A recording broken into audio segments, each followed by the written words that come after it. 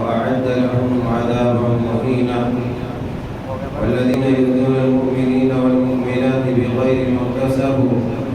فقد احتملوا بهتانا وإثما مبينا سبحانك لا علم لنا إلا ما علمتنا إنك أنت العليم الحكيم رب اشرح لي صدري ويسر لي أمري واحلل عقدة من لساني يفقهوا قولي اللهم رب زدني علما ربنا يسر ولا تعسر وتمم بالخير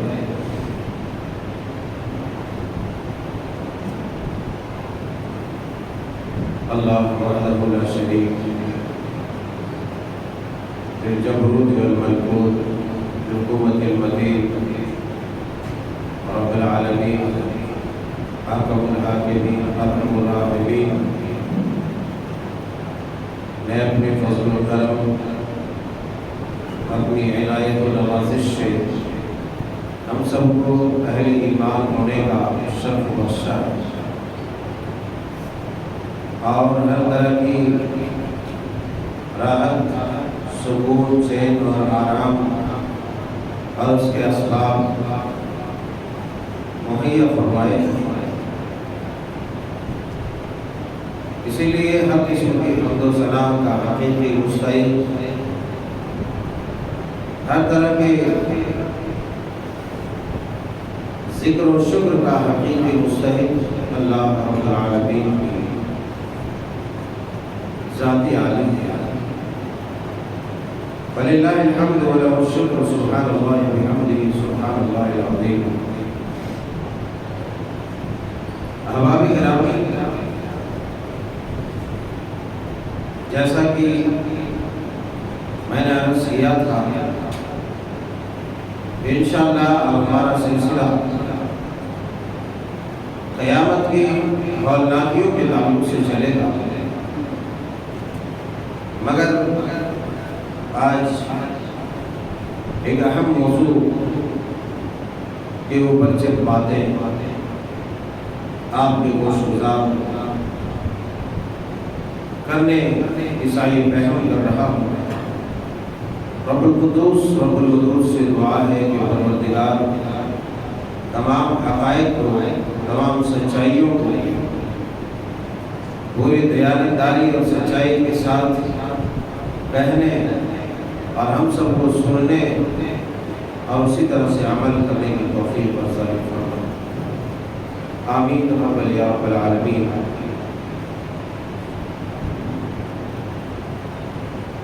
زمانہ قدیم سے سلفی المسالک علماء کا ایک بڑا ہی اہم پیغام امت کے نام رہا ہے ہم نے اپنے اکابر اپنے اسلاف سے ایک بات کہتے اور سنتے آیا ہے کہ ہر زمانے میں پوری امت کا اتحاد کسی چیز پر ممکن ہے تو صرف اور صرف ایک ہی چیز ہے جس پر پوری امت متحد ہو سکتی ہے اور وہ چیز آج ہمارے مشاہدے میں ہماری نگاہوں کے سامنے پوری دنیا کے اوپر ہم صرف ایک سرسری طائرانہ نظر ڈالیں گے تو اسلاف کی زبانی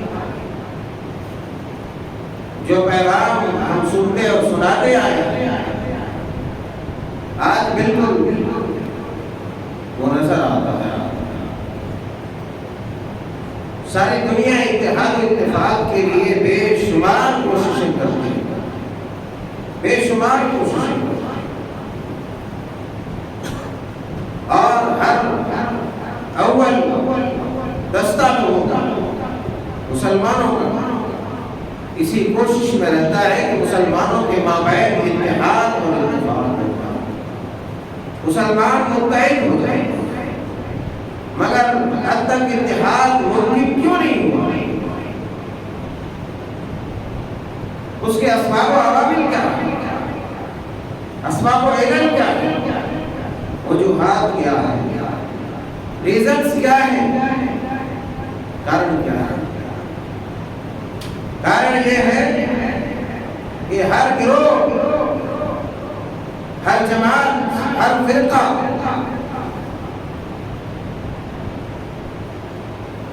اپنے تخیلات کی طرف لوگوں کو دعوت دیتا ہے،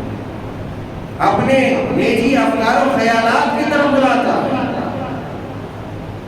کہ ہماری اور چلے آؤ، ہماری طرف چلے آؤ، ہمارا راستہ صحیح ہے، ہماری جماعت صحیح ہے، ہمارا گروہ صحیح ہے۔ اسی لیے آج تک مسلمانوں کے مابین اتحاد نہیں ہو سکا۔ نبی کریم علیہ الصلوۃ والسلام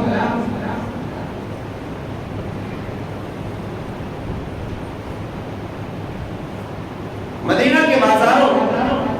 مکہ کے بازاروں میں چکر لگاتے اور ایک آواز لگاتے، یا ایھا الناس قولوا لا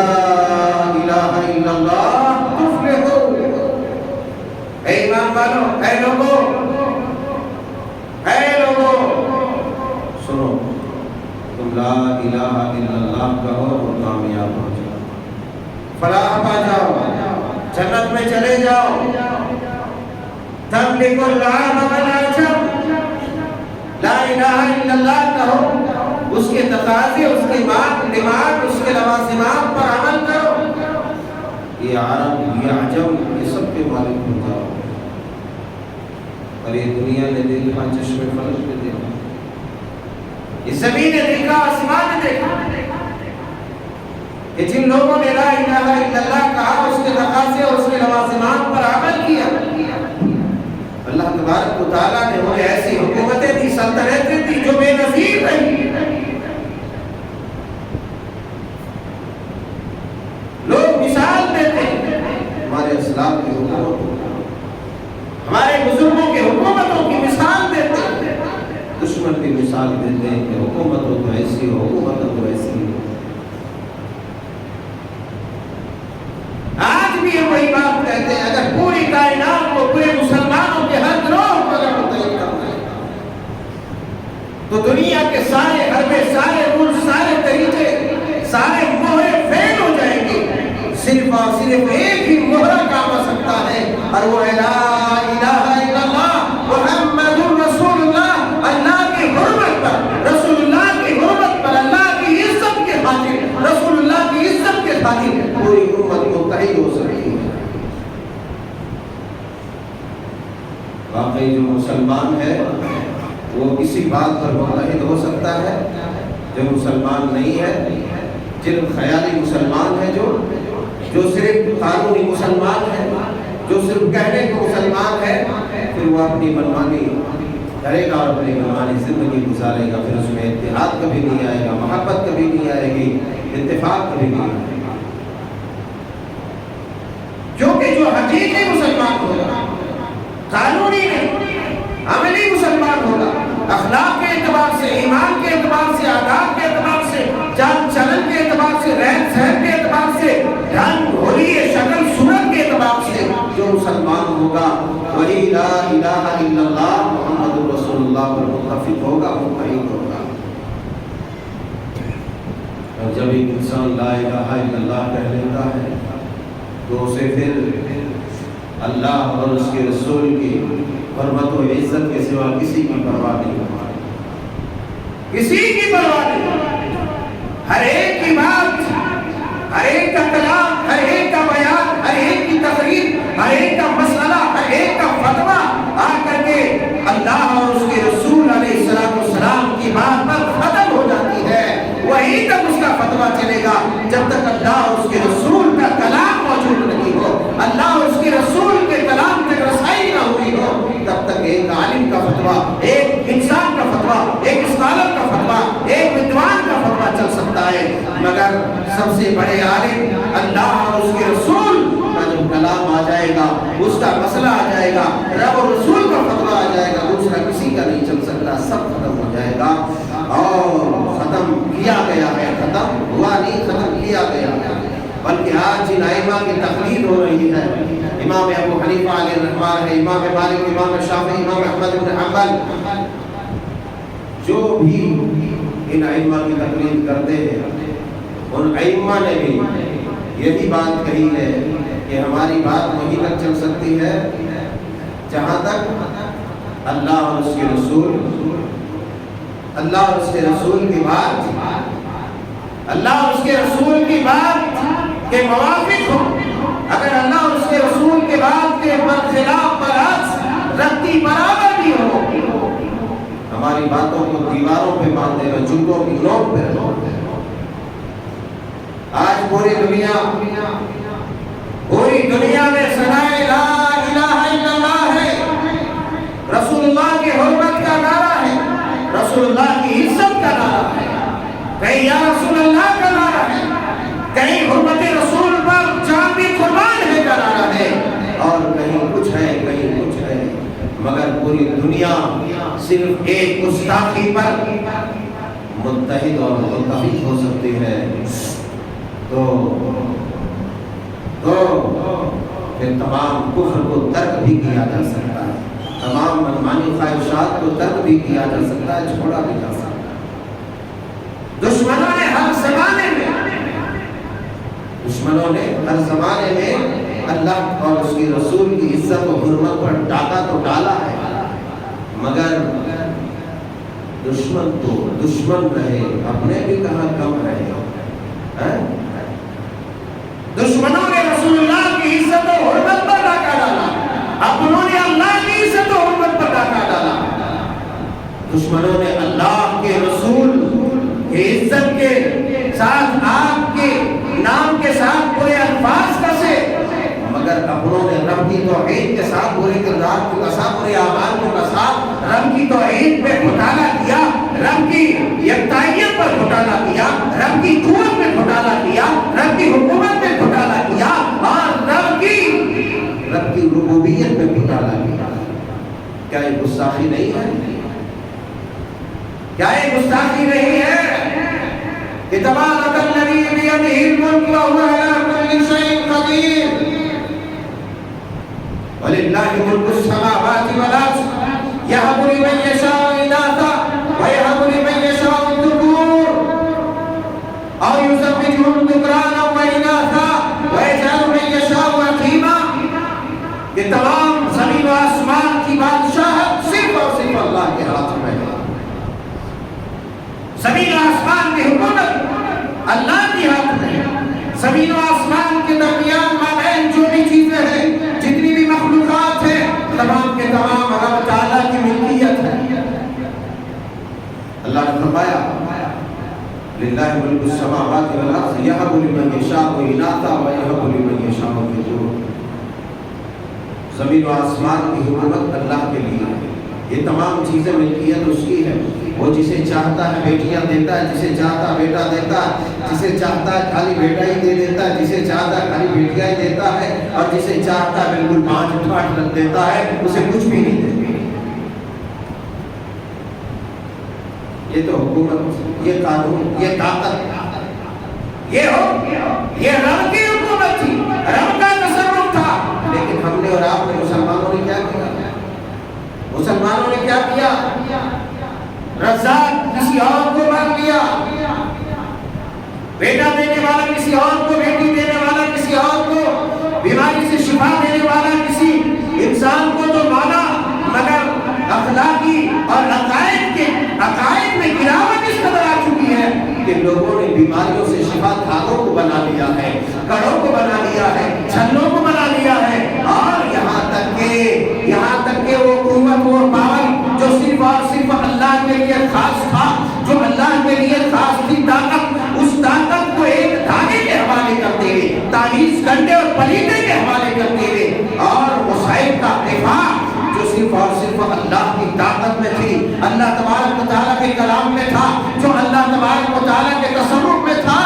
آج لوگوں نے چھوٹے چھوٹے ٹوٹکے میں اس کو تبدیل کر دیا کہ نہیں، اللہ تبارک و تعالیٰ میں وہ طاقت نہیں جو شفا دے سکے، وہ طاقت نہیں جو روزی دے سکے، وہ طاقت نہیں جو بیماریوں سے آزاد کر سکے، بلکہ بیماریوں سے آزاد کرنے کی طاقت یہ دھاگے میں ہے. فلاں مزار سے لائے, فلاں درگاہ سے لائے, اجمیر سے لائے, کچھوچا سے لائے, اور یہاں سے لائے, وہاں سے لائے, اور اس کو باندھے. فلاں میری نانی نے دیا, میری دادی نے لایا, میری خالہ نے لایا, باندھ دیا. کچھ نہیں کر سکتے, نہیں کر سکتے. وہی تمہارے لیے جہنم میں جانے کا گلے کا توق بنے گا اور پیروں میں بیڑیاں زنجیریں بنے گی. میں یہ بتانا چاہتا ہوں کہ گستاخی رسول آج سے ہر زمانے میں, ہر پیغمبر کے دور میں رسولوں کے گستاخ ہوئے. ہر زمانے میں رسولوں کے ساتھ گستاخیاں کی ہے, رسولوں کو گالیاں دی ہے, رسولوں کو قتل کیا ہے, رسولوں کو مارا ہے, رسولوں کو لہو لہان کیا ہے, رسولوں کو جو ہے خون آلود کیا ہے. یہ ہوتا ہے, مگر رسول بھیجے کس لیے؟ رسول آئے تھے کس لیے؟ رسول نے اپنے جسم کو چھنی چھنی کیوں کروایا؟ رسول نے اپنے جسم کو پتھروں سے پوچھنے کیوں دیا؟ اپنے سر کو پھوڑنے کیوں دیا؟ اپنے جسم اطہر پر زخمی کیوں کھائے؟ اس لیے کھائے تاکہ یہ کل آنے والی میری امت یہ رب کی ربوبیت میں کسی طرح کا گھوٹالا نہ کرے, رب کی الوہیت میں کوئی گھوٹالا نہ کرے, اور رب کے اسماء و صفات میں کسی طرح کا گھوٹالا نہ کرے. مگر یہ مسلمان قوم ہے, اس نے اللہ کے رسول صلی اللہ علیہ وسلم کی شان میں تو گستاخیاں کی ہے, نہیں کی ہے, نہیں کی ہے. دل کے ففولے چل اٹھے سینوں کے داغ سے, دل کے ففولے چل اٹھے سینوں کے داغ سے, گھر کو آگ لگی ہے گھر کے چراغ سے. آج کفار میں یہ جسارت نہیں تھی, یہ ہمت نہیں تھی کہ شان رسالت پاک پہ ڈاکہ ڈالتا تھا, اتنی طاقت نہیں تھی, اتنی جسارت نہیں تھی. لیکن دیکھا کہ یہ جو مسلمانوں کی شکل میں شیطانیت, دیوسیت, حیوانیت, درندگی پھر رہی ہے, در حقیقت میں اس کے پیغمبر کے تئیں اس کے دل میں کوئی محبت نہیں, اس کے دل میں کوئی اظہار قربانی کا جذبہ نہیں, اس کے دل میں کوئی رسول کی رسالت کا احترام نہیں. کیوں احترام ہے؟ ذرا جھانکو اپنے غریبانوں کو, اپنے غریبانوں کو جھانکو, ناخن سے لے کر کے بال تک سر تک آئینے کے سامنے کھڑے ہو جاؤ, دیکھو کہاں رسول اللہ کی سنت تمہارے اندر موجود ہے, کہاں رسول کی مخالفت کی ہے. ارے اپنی روزیوں کو تلاش کرو, دیکھو رب کے رسول کے بتلائے ہوئے راستوں کو تم نے فالو کیا. روزی کمانے میں, روزی لینے میں, روزی کھانے میں, لطف اندوزی کرنے میں ہر جگہ ہم نے مخالفت, نمازوں میں مخالفت, سنتوں کی مخالفت. قرآن کی بے حرمتی نہیں ہے قرآن کی بے حرمتی.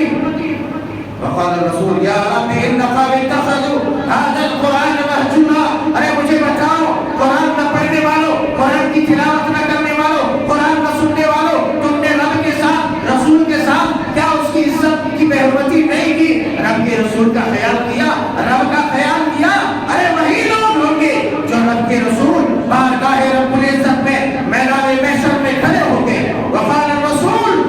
یا ربی ان قوم اتخذوا هذا القرآن مهجورا. یہ میری قوم ہے, یہ وہ لوگ ہیں جنہوں نے قرآن کو چھوڑ دیا تھا عمل کے اعتبار سے, تلاوت کے اعتبار سے, پڑھنے کے اعتبار سے, حفظ کے اعتبار سے, حفاظت کے اعتبار سے, صیانت کے اعتبار سے, دیانت کے اعتبار سے, غرض یہ کہ ہر اعتبار سے اس نے قرآن کو چھوڑا تھا. لہذا میرا مقدمہ ہے, درج کیجیے, انہیں سزا دیجیے. وقال الرسول یا ربی ان قوم اتخذوا هذا القرآن مهجورا. بتاؤ ذرا اپنی صورت جا کے آئینے میں دیکھو, تم نے قرآن کی تلاوت کو چھوڑ دیا, قرآن کی حفاظت کو چھوڑ دیا, قرآن کے مراکز و مکاتب کو اب اس کی حفاظت کرنا ہم نے چھوڑ دیا, اور قرآن کے محافظین کی حفاظت کرنا چھوڑ دیا, قرآن کے اوپر اپنے اموال کو خرچ کرنا چھوڑ دیا. بتاؤ کون سی صورت لے کر کے جاؤ گے؟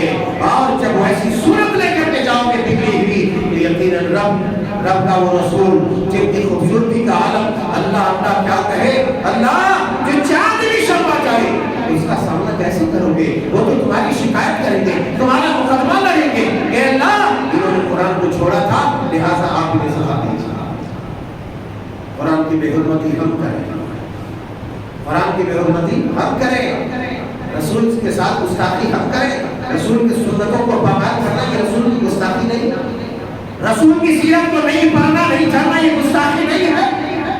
ارے ہم جس سے محبت کرتے ہیں نا یا جس سے سوچتے ہیں کہ اس سے ہمیں تعلق بنانا ہے، ہمیں اس سے رشتہ کرنا ہے، اس سے نکاح کرنا ہے، اس سے بیاہ کرنا ہے، اس سے رشتہ استوار کرنا ہے، اس کے پورے بایو ڈاٹا، اس کی پوری جنم کنڈلی نکال دیتے ہیں اور دیکھتے ہیں اس کا نسل کیا ہے، یہ کس نسل سے، کیا اس کی نسل ہے اور اس کا جو ہے نسب کیا ہے، یہ کہاں سے آیا ہے، تعلق کیا ہے، اس کا بیک گراؤنڈ کیا ہے، فیملی بیک گراؤنڈ کیا ہے، اس کی ماں کا تعلق کہاں سے، باپ کا تعلق کہاں سے، اس کا باپ کیا کرتا ہے، ماں کیا کرتی ہے، بھائی کیا کرتا ہے، بہن کیا کرتی ہے، اس کا سسرال کہاں، اس کا سسرال کہاں، ساری دنیا کی جنم کنڈلی نکالتے ہو، اس کے پورے بایو ڈاٹا نکالتے ہو، اس لیے اس سے رشتہ کرنا ہے۔ مگر ذرا مجھے بتاؤ، ساری دنیا کے رشتوں سے زیادہ عزیز نبی کا رشتہ، ساری دنیا کے رشتوں سے زیادہ مضبوط رشتہ، مضبوط بندھن اللہ کے ساتھ رشتہ ہے۔ کیا تم نے اللہ کی معرفت حاصل کی ہے، نبی کی سیرت کو جاننے کی کوشش کی ہے، صحابہ کی سیرت کو جاننے کی کوشش کی ہے؟ نہیں کی ہے، اس لیے کہ نبی کی محبت، رسول کی محبت، صحابہ کی محبت ہمارے دلوں میں نہیں ہے۔ ہم نے صرف اپنی منمانی زندگی گزارنی ہے، منمانی زندگیاں گزار رہی ہیں اور یوں ہی گناہوں سے لگے پڑے چلا جانا ہے۔ اس لیے آج ہمارے منہ پر کفار تماچا مارتے ہیں، ہمارے رسول کی شان میں گستاخی کرتے ہیں، ہمارے اللہ کی شان میں گستاخی کرتے ہیں، ہمارے معبود کی شان میں گستاخی کرتے ہیں، کیونکہ ہم نے وہ چرتر نہیں پیش کیا، ہم نے وہ اپنا کیریکٹر نہیں دکھایا دنیا والوں کو کہ میرے نبی کی شان کیا تھی۔ ارے میرے نبی کی شان تو وہ تھی کہ جس حبشی غلام نے میرے نبی کے انتہائی چچا سیدنا حضرت حمزہ بن عبد المطلب رضی اللہ تعالیٰ عنہ کو غزوہ احد میں اپنے نیزے سے اس کے پیٹ کو چاک کیا اور اس کے جسم اطہر کو ٹکڑے کیے، کان کو کاٹا، ناک کاٹا، سینے کو چیرا، کلیجہ نکالا، اس کو بھی جب سامنے آیا تو میرے رسول نے اسے بھی معاف کر دیا، اسے بھی چانس دیا جنت میں جانے کا، اسے بھی معاف کر دیا، کہا تو بھی جنت چلا گا۔ اللہ اکبر۔ وہ ہندا رضی اللہ تعالیٰ عنہ جو بعد میں مسلمان ہوئی، جس نے سیدنا حضرت حمزہ رضی اللہ تعالیٰ عنہ کے کلیجے کو چبایا تھا اور ناک کان کاٹ کے گلے کا ہار بنایا تھا، وہ جب سامنا ہوا ان کا، رب کے رسول نے انہیں بھی معاف کیا۔ تو بتلاؤ دنیا والوں کو، میرا رسول تو وہ تھا جسے تم سیکس کا رسیا کہتے ہو، جسے تم شہوت پرست کہتے ہو، خدا کی قسم نہیں، اگر تم کہتے ہو تو ہم تمہیں آئینہ دکھاتے ہیں، جا اپنے داتاؤں کا، اپنے بھگوانوں کا تم پوری ان کی ہسٹری اٹھاؤ اور دیکھو ان کے شخص کا عالم کیا تھا، ان کی شادی بیاہ کی کیفیت کیا تھی، اور ان کے عورتوں کے ساتھ، عورتوں کے تعلق، عورتوں کے ساتھ ان کا سنبت کیا تھا، ان کا تعلق کیا تھا، ان کا ریلیشن شپ کیا تھا، عورتوں کے ساتھ ان کا برتاؤ کیا تھا۔ تمہیں معلوم ہوگا کہ میری نبی کی شان کیا تھی، میرے نبی کی عظمت کیا تھی۔ لیکن افسوس ہے ہم ان کو آئینہ کہاں سے دکھائیں گے، چونکہ آئینہ کو دکھانے کے قابل وہ ہو گئے ہیں ہمارے رسول کی سیرت کا علم نہیں ہے، ہمارے رسول کی سنتوں کا علم نہیں ہے، ہمارے رسول کی وہ مبارک حیات کا ہمیں علم ہی نہیں ہے کہ کیسی کیسی آپ کی زندگیاں گزری، کیسی کیسی سنکٹ میں پڑے، کیسی کیسی مصیبتوں سے گزرے ہمارے لیے، تاکہ یہ دین ہم تک یوں ہی، ہم تک آسانی کے ساتھ ہم تک پہنچ جائے اور آسانی کے ساتھ دین کا بھرپور فائدہ اٹھائیں۔ لیکن دین کا ہم نے ناجائز فائدہ اٹھایا اور رب کے رسول کے دین کی ہم نے کوئی حفاظت نہیں کی اور ہم نے کوئی اقدامات نہیں کیا۔ میں ہمیشہ کہتا ہوں صرف نعرہ لگانے سے لوگ کہتے ہیں کہ ہم نعرہ لگا دیتے ہیں یا رسول اللہ، یا رسول اللہ کے نعرے سے کچھ نہیں ہو سکتا۔ اگر رسول اللہ کو اپنے دل میں تم پاتے ہو، اپنے اخلاق میں پاتے ہو، آداب میں پاتے ہو، نمازوں میں پاتے ہو، روزے میں پاتے ہو، تلاوت میں پاتے ہو، تو تمہیں وہ فائدہ ہوگا، نہیں تو تمہیں کوئی فائدہ نہیں۔ طرح طرح کے آلوچنے، طرح طرح کے جو ہے وہ بےہودہ کتا صفت، جانور صفت، درجے صفت لوگ شان رسالت امام علیہ السلام گستاخی کرتا ہے اور ہم تماشائی بنے، زیادہ سے زیادہ فیس بک، یوٹیوب، سوشل میڈیا کا استعمال کریں۔ مگر ہم نے کبھی یہ نہیں دیکھا کہ نبی کی سیرت کیا تھی، اس سیرت کو سوشل میڈیا پر شیئر کریں اور لوگوں کو بتلائیں کہ جس کو تم اتنا گھرنا سمجھتے ہو، اتنا برا سمجھتے ہو، اس طرح تم جس سے گھن کرتے ہو یا جس کے بارے میں تم اس قدر ادھر اور برا شبد کہتے ہو، برے بول بولتے ہو، برے الفاظ بولتے ہو، ایسا نہیں تھا۔ اس بدبخت ملعون خاتون نے اور اس سے پہلے جتنے بھی درندوں نے جنہوں نے رب کے رسول کی شان میں گستاخی کی، کسی نہ کسی طریقے سے اللہ تبارک و تعالیٰ نے اسے نشان عبرت بنایا۔ میں یادداشت کے لیے کہوں، وہ کملیش تیواری جو گزشتہ کچھ سال پہلے مارا گیا، اس بدبخت ذلیل ملعون بندے نے بھی سیدہ ام المؤمنین عائشہ صدیقہ رضی اللہ تعالیٰ عنہا کے اوپر برے بول بولے تھے، برے الفاظ کسے تھے۔ اللہ تبارک و تعالیٰ نے ایسا ظالم اس پر مسلط کیا، درندگی کے ساتھ اس کو قتل کر دیا۔ إِلَّا الَّذِينَ يُؤْذُونَ اللَّهَ وَرَسُولَهُ لَعْنَهُمُ اللَّهُ فِي الدُّنْيَا وَالْآخِرَةِ وَأَعَدَّ لَهُمْ عَذَابًا مُهِينًا۔ جو بھی شخص، جو بھی انسان، جو بھی لوگ، جو کوئی بھی اللہ اور اس کے رسول کو ایذا دیتا ہے، تکلیف دیتا ہے، اللہ اور اس کے رسول کی مخالفت کرتا ہے، اللہ اور اس کے رسول کے اوپر برے بول بولتا ہے، اللہ اور اس کے رسول کی عزت و حرمت میں گستاخیاں کرتا ہے، شان میں گستاخیاں کرتا ہے، ان الذين يؤذون الله ورسوله لعنهم الله في الدنيا والآخرة، دنیا اور آخرت میں اس کے لیے لعنت ہے۔ اللہ کی فٹکار ہے، ڈانٹ ہے، دھنکار ہے، اور آخرت میں دردناک عذاب ہے۔ صرف اتنا ہی نہیں کہا، اتنا ہی نہیں کہا، جب اللہ اور اس کے رسول کے حقوق کے بارے میں بیان فرمایا، وہاں پر ایک اور بہت بڑی بات بیان فرمائی، والذین یؤذون المؤمنین والمؤمنات بغیر ما اکتسبوا فقد احتملوا بہتانا واثما مبینا۔ اللہ اور اس کے رسول کے حقوق کا جہاں پر تذکرہ کیا کہ جو کوئی بھی اللہ رسول کو گالی دیتا ہے، برا بھلا کہتا ہے، ایذا دیتا ہے، تکلیف دیتا ہے، اس کے لیے دنیا و آخرت میں اللہ کی لعنت ہے، مار ہے، فٹکار ہے، اور آخرت میں دردناک عذاب ہے۔ وہیں کہا جو کوئی بھی مومنوں کو، مسلمانوں کو ایذا پہنچاتا ہے، گالی گلوچ کرتا ہے، تکلیفیں دیتا ہے، بغیر ما اکتسبوا فقد احتملوا بہتانا واثما مبینا، بلا کسی ریزن کے، بلا کسی سبب کے، بلا کسی جرم کے اگر تکلیف پہنچاتا ہے نا، تو اس نے بہت بڑا بہتان مانا،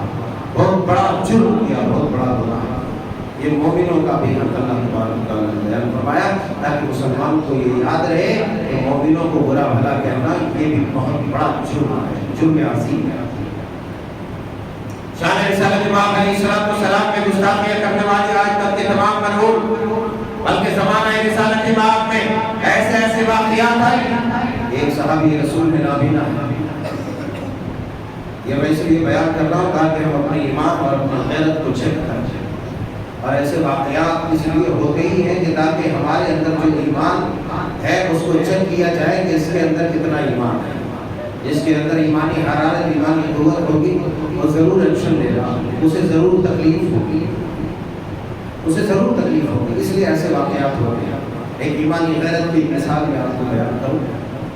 ایک نابینا صحابی، اس کی ایک لڑکی ہے اچھی خوبصورت، اس سے اس کے دو پھول جیسے بچے، دو پھول جیسے بچے، موتیوں جیسے۔ حدیث میں جو الفاظ کہے گئے ہیں، لؤلؤ کا لفظ استعمال ہے کہ موتیوں جیسے، مگر اس کی حرکت یہ تھی کہ اللہ کے رسول صلی اللہ علیہ وسلم برا بھلا کہتی تھی، تکلیف دیتی تھی، گالیاں دیتی تھی، الٹا سیدھا۔ نابینا صاحب نے بہت سمجھایا کہ تم ایسا مت کرو، ایسا مت کرو، نہیں مانا نہیں۔ ایک رات نابینا صحابی موجود تھے اپنے گھر میں، اور اس کی لڑکی نے جس کے ساتھ اس کے دو بچے تھے، اس نے شان رسالت امام علیہ السلام میں گستاخی کرنا شروع کیا۔ بس منع کیا لیکن مانا نہیں، منع کیا مگر مانا نہیں۔ بس اور کیا تھا، اللہ اور اس کے رسول سے جو محبت کرتے ہیں بڑے غیرت مند ہیں، اور صرف غیرت مند ہیں، بڑے جرأت مند بھی ہیں۔ اللہ اور اس کے رسول سے جو محبت کرتے ہیں انتہائی جرأت مند ہوتے ہیں، وہ بے خوف ہوتے ہیں، وہ ڈر ہوتے ہیں، اسے ڈر کسی بات کی۔ جو اللہ اور اس کے رسول کی عزت کرتا ہے، جو دل میں محبت رکھتا ہے، اس کے اندر خوف نہیں، بزدلی نہیں، ڈر نہیں، اٹھایا خنجر، پیٹ پہ رکھ دیا اور دبا کے کس